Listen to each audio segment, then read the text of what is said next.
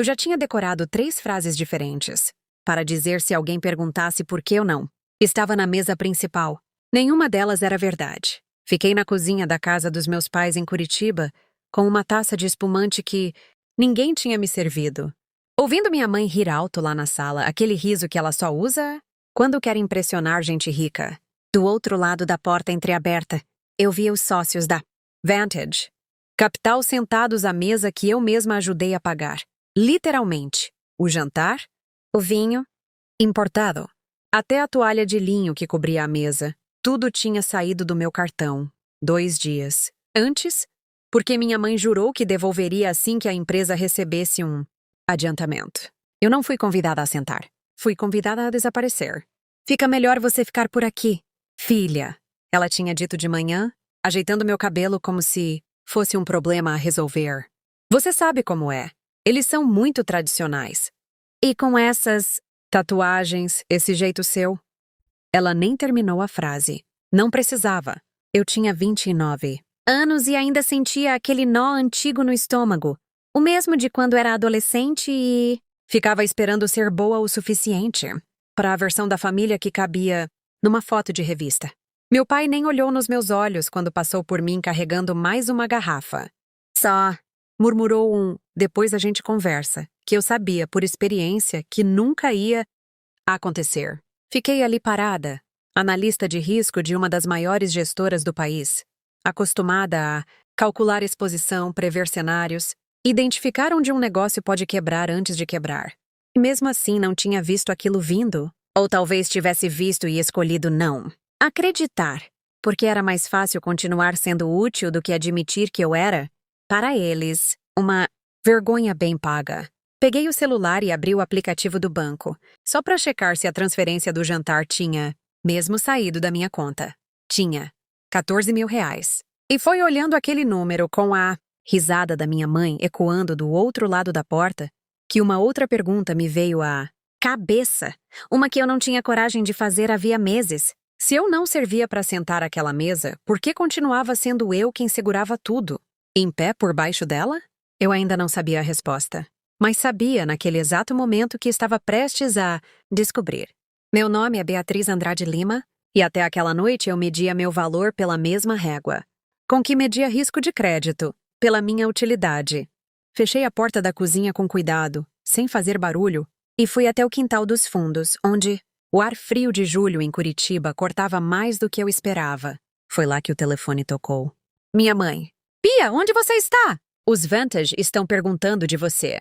Não estavam. Eu sabia que não estavam, porque nenhum deles tinha trocado mais de 2 frases comigo em toda a tarde. Tô aqui fora, mãe. Só respirando um pouco. Volta rápido. E olha, depois eu preciso que você resolva aquele boleto da decoração. Também o fornecedor ligou. Eu ri. Um riso curto, sem graça nenhuma. Mas ela nem percebeu, porque já tinha desligado. Não vou fingir que aquilo começou naquela noite. Começou 5 meses antes, num domingo comum, quando meu pai me ligou pedindo para eu passar lá em casa, só para conversar sobre a marcenaria. Ele tinha uma pequena fábrica de móveis planejados havia 20 anos e nos últimos 2 vinha perdendo contratos para concorrentes maiores. Naquele domingo, sentado na mesma mesa da cozinha onde eu ficaria escondida meses depois, ele me explicou, com a voz mais baixa que eu já tinha ouvido dele, que a Vantage Capital estava interessada em fechar uma parceria de fornecimento, mas só se a empresa mostrasse saúde financeira.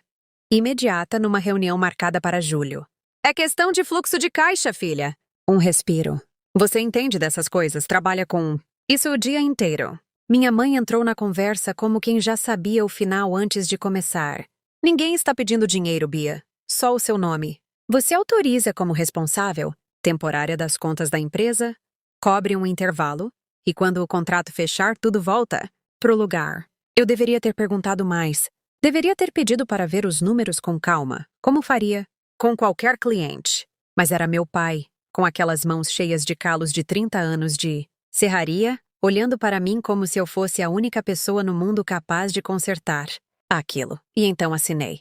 Um documento separado à parte, só para não complicar burocracia, disse minha mãe, dobrando o papel antes mesmo que eu terminasse de ler a última cláusula. Não percebi naquele domingo que estava assinando duas coisas ao mesmo tempo.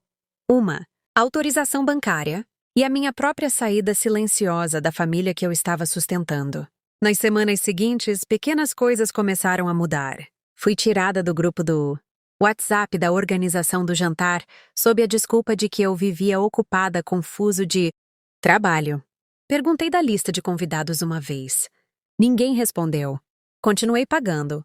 Continuei perguntando, continuei sendo, aos meus próprios olhos, a filha que ainda dava certo. Só não sabia que, para eles, eu já tinha virado outra coisa havia tempo. Uma linha de crédito, com sobrenome de família. A revelação veio de um jeito banal, do tipo que você nem percebe que está mudando sua vida, até já ter mudado. 2 semanas antes do jantar, recebi uma notificação do banco, um pagamento recorrente que eu não reconhecia, saindo da mesma conta corrente vinculada à autorização que eu tinha assinado. Fui checar o extrato completo, coisa que devia ter feito desde o primeiro dia. E ali estava. Não era só o fluxo de caixa da marcenaria. Havia parcelas de um consórcio de carro no nome da minha irmã Camila, mensalidades de um curso de gastronomia em São Paulo e uma transferência mensal para uma consultoria de posicionamento de marca, que quando pesquisei, descobri ser a agência contratada para cuidar da imagem da minha mãe nas redes sociais. Fiquei olhando aquela tela por um bom tempo, sentindo algo que não era raiva ainda. Era mais parecido com vertigem, porque de repente entendi que a saúde financeira imediata que a Vantage Capital queria ver não era da empresa do meu pai, era da família inteira. E eu não. Era o respiro temporário que prometeram. Eu era o alicerce permanente que ninguém tinha me avisado que eu estava construindo. Liguei para o meu pai. Ele demorou para atender. E quando atendeu, a voz dele já sabia por que eu estava ligando. Bia, deixa eu te explicar. Só me diz uma coisa. Você sabia disso tudo? Silêncio. Um silêncio longo o suficiente para ser a resposta. As coisas ficaram meio misturadas, filha. Sua mãe cuida dessa parte, Você só assinou o que ela pediu. Igual eu. Ele não negou. Foi nesse momento que entendi uma coisa que, olhando para trás, deveria ter sido óbvia desde o início. Meu pai não era o arquiteto daquilo. Ele era, como eu, uma peça útil dentro de um projeto que minha mãe desenhava havia anos.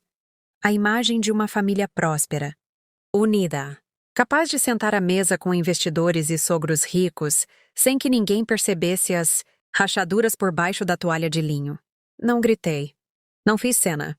Só desliguei o telefone, entrei em casa e passei a noite seguinte, revisando linha por linha cada documento que tinha assinado nos últimos 5 meses, como faria com qualquer contrato problemático que caísse na minha mesa de trabalho. Foi aí que encontrei a cláusula que ninguém tinha me mostrado com clareza. Como responsável temporária, eu tinha o direito de revogar minha autorização a qualquer momento, sem necessidade de justificativa, bastando notificação por escrito. Nenhuma penalidade, nenhuma obrigação de continuidade. Eu tinha o poder de sair daquilo o tempo inteiro. Só não sabia, ou talvez não quisesse saber. Porque enquanto eu não soubesse, ainda podia acreditar que estava ajudando por amor e não sendo usada por conveniência. Fechei o laptop às 3 da manhã, com uma calma estranha tomando conta de mim, o tipo de calma que só vem depois que a dor para de doer e vira decisão. No dia seguinte era o jantar, e eu já sabia exatamente o que ia fazer. Voltei para dentro da cozinha naquela noite com o celular ainda quente na mão, o extrato bancário ainda aberto na tela. Não fui até a sala. Não pedi satisfação na frente dos sócios da Vantage. Só fiquei ali, respirando, decidindo que a resposta que eu devia à minha família não precisava ser gritada. Precisava apenas ser assinada. Na segunda-feira de manhã, antes mesmo do café, redigi a notificação de revogação. Formal. Direta, sem adjetivos. Enviei uma cópia para o banco, outra para o escritório de contabilidade, da marcenaria, e uma terceira, por gentileza que eu já não sabia se ainda devia, para o e-mail do meu pai. O primeiro efeito veio em 3 dias. O banco bloqueou os débitos automáticos vinculados a minha conta, o consórcio da Camila, a consultoria de imagem da minha mãe, e sim, o restante do financiamento pendente da marcenaria. Minha mãe me ligou 11 vezes naquela tarde. Atendi na 12ª. Você tem noção do que você fez? A voz dela tremia, mas não de arrependimento, de susto. Tenho. Parei de financiar a versão da família que me excluía dela. Ela ficou em silêncio, e pela primeira vez em muito tempo, eu não senti a necessidade de preencher aquele silêncio com uma explicação. Nas semanas seguintes, as peças foram caindo como sempre caem quando alguém para de segurar tudo sozinho. A reunião com a Vantage Capital foi remarcada, depois cancelada de vez quando um dos sócios comentou, meio sem querer, que certas inconsistências tinham aparecido nos documentos financeiros da empresa. Minha mãe perdeu o lugar que tanto queria, na comissão de decoração da paróquia, porque as fofocas em Curitiba correm rápido quando envolvem cartão recusado e boleto vencido. Camila teve que renegociar o consórcio sozinha, e foi a primeira vez em anos que ouvi minha irmã falar comigo sem pedir nada em troca. Meu pai foi o único que procurou entender. Vieram alguns telefonemas desconfortáveis. Café em que ele admitiu, com aquelas mãos calejadas tremendo levemente, que tinha me deixado carregar peso demais por medo de carregar sozinho. Não resolvemos tudo naquele café.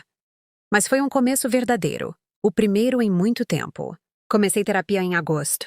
Lá aprendi um nome para o que eu vivia havia anos. Responsabilidade funcional excessiva. A crença de que meu valor dependia do quanto eu conseguia resolver para os outros. Hoje sigo 4 regras simples com dinheiro e família. Nunca assino nada sob pressão emocional. Nunca financio o que não posso perder. Peço tempo. Antes de qualquer sim, e amor que exige silêncio sobre exploração não é amor. É conveniência bem vestida. Não cortei minha mãe por raiva. Cortei porque pela primeira vez escolhi a mim mesma sem pedir desculpas por isso.